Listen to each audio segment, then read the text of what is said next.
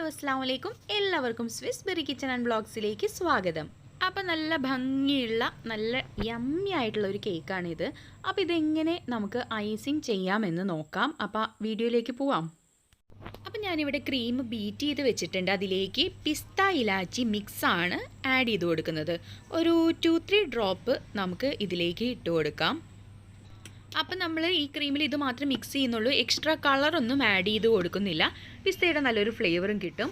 അപ്പോൾ ഇതേക്ക് കുറച്ച് ക്രീം നമ്മുടെ ബോർഡിലേക്ക് വെച്ച് കൊടുത്തു. എന്നിട്ട് നമ്മുടെ ഫസ്റ്റ് ലെയർ വെച്ചിട്ട് അതൊന്ന് സോക്ക് ചെയ്തെടുക്കുകയാണ്. അപ്പം നമ്മുടെ വീഡിയോ ഒക്കെ കണ്ടിട്ട് കുറേ പേരായി ചോദിക്കുന്നത് ഈ സിറപ്പ് എങ്ങനെയാണ് ഉണ്ടാക്കുകയെന്ന്. അപ്പോൾ മുൻപ് ഞാൻ പറഞ്ഞിട്ടുള്ളതാണ്, എന്നാലും ഡീറ്റെയിൽ ആയിട്ടുള്ള ഒരു വീഡിയോ ഇടാം പിന്നീട് ഒരിക്കൽ. അപ്പോൾ അതിൻ്റെ മുകളിലേക്ക് നമ്മൾ നേരത്തെ റെഡിയാക്കി വെച്ച ആ ക്രീം അങ്ങ് ഇട്ട് കൊടുത്തു.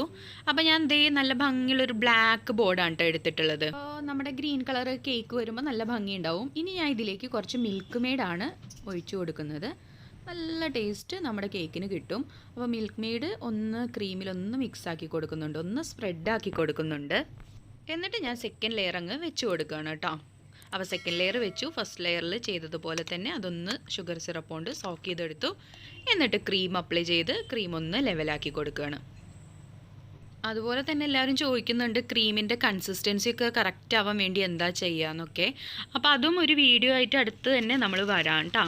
ഈ ലെയറിൽ നമ്മൾ ഇട്ട് കൊടുക്കുന്നത് കുറച്ച് ചോക്കോ ചിപ്സും അതുപോലെ തന്നെ പിസ്ത കട്ട് ചെയ്ത് വെച്ചതുമാണ്. റോസ്റ്റഡ് പിസ്തയാണ് യൂസ് ചെയ്യുന്നത്.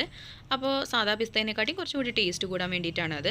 എന്നിട്ട് നമ്മുടെ തേർഡ് ലെയർ അങ്ങ് വെച്ച് കൊടുക്കാം. അതിൻ്റെ മുകളിൽ നമ്മൾ മുൻപ് ചെയ്തതുപോലെ തന്നെ ഒന്ന് സോക്ക് ചെയ്ത് കൊടുക്കുക. എന്നിട്ട് പിന്നെ ഞാൻ ക്രീം അങ്ങ് ഇട്ട് കൊടുത്തു. നമ്മുടെ ക്രീം ഫുള്ളായിട്ട്, അതായത് കേക്ക് ഐസ് ചെയ്യാൻ ആവശ്യത്തിനുള്ള ക്രീം മുഴുവനായിട്ട് അങ്ങ് ഇട്ട് കൊടുക്കുകയാണ്. എന്നിട്ട് നമുക്ക് മുകൾ ഭാഗം ആദ്യം ഒന്ന് ലെവലാക്കി കൊടുക്കാം. ഷൂട്ട് ചെയ്തുകൊണ്ടിരിക്കുമ്പോൾ പെട്ടെന്ന് കറണ്ട് പോയി, അതുകൊണ്ടാണ് ലൈറ്റ് ഇല്ലാത്തത്. അപ്പോൾ നമ്മൾ സൈഡ്സിലും ക്രീം അങ്ങ് അപ്ലൈ ചെയ്യുകയാണ്. ആവശ്യത്തിന് നമ്മൾ ക്രീം പാത്രത്തിൽ നിന്ന് എടുത്തിട്ട് ചെയ്ത് കൊടുക്കുകയാണ്.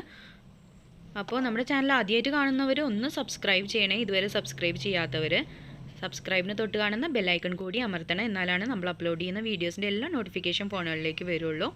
ഇനി നമുക്ക് എക്സസൈറ്റ് നിൽക്കുന്ന ക്രീമൊക്കെ തുടച്ച് മാറ്റാം.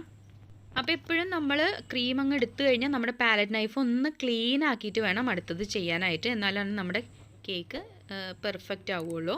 അപ്പോൾ സൈഡിൽ ഞാൻ എപ്പോഴും ചെയ്യുന്നത് പോലെ തന്നെ കോമ്പൗണ്ട് അങ്ങ് വരച്ച് കൊടുത്തു. എന്നിട്ട് മുകൾ ഭാഗം ഒന്നും കൂടി അങ്ങ് വൃത്തിയാക്കി കൊടുത്തിട്ടുണ്ട്. എന്നിട്ട് കുറച്ച് ചോക്ലേറ്റ് സിറപ്പാണ് ഇതിൻ്റെ മുകളിലേക്ക് ഒഴിച്ചു കൊടുക്കുന്നത്.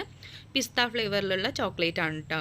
അപ്പോൾ ഒരുപാട് അങ്ങ് ഡ്രിപ്പാക്കുന്നില്ല, കുറച്ച് അങ്ങ് മുകൾ ഭാഗം നല്ല ഭംഗി ഉണ്ടാവാൻ വേണ്ടിയിട്ടാണ് അങ്ങനെ ചെയ്തത്. എന്നിട്ട് കുറച്ച് ചോക്ലേറ്റ് ടോപ്പിംഗ്, ബ്ലാക്ക് ചോക്ലേറ്റിൻ്റെ ടോപ്പിംഗ് ഒരു സൈഡിൽ ഡിസൈൻ പോലെ കൊടുക്കുകയാണ്. ഇത് റെഡിമെയ്ഡായിട്ട് മേടിക്കുന്ന ടോപ്പിംഗ് ആണ്.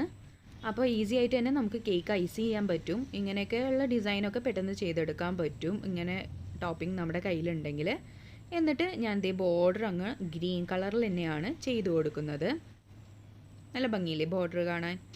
എന്നിട്ട് ഞാൻ കുറച്ച് ഗോൾഡൻ ബോൾസ് ആണ് എടുക്കുന്നത്. ഗോൾഡൻ ബോൾ കുഞ്ഞു ഗോൾഡൻ ബോളാണ്. ഇനി നമുക്ക് നമ്മൾ ആ ചോക്ലേറ്റിൻ്റെ ബ്ലാക്ക് ചോക്ലേറ്റ് കൊണ്ട് വരച്ചിട്ടുണ്ടല്ലോ അവിടെ മാത്രമായിട്ട് അങ്ങ് ഇട്ട് കൊടുക്കുകയാണ്. അപ്പോൾ നല്ലൊരു ഭംഗിയുള്ള ഡിസൈനായിട്ട് കിട്ടും. ഇനി അതിനേക്കാൾ കുറച്ച് വലിയ സൈസ് ഗോൾഡിൻ്റെ ബോളാണ് ഇട്ട് കൊടുക്കുന്നത്. ഗ്രീനിൽ ആ ബ്ലാക്കും അതുപോലെ തന്നെ ഗോൾഡൻ കളറും കൂടി വന്നപ്പോൾ നല്ലൊരു ഭംഗിയായി അല്ലേ.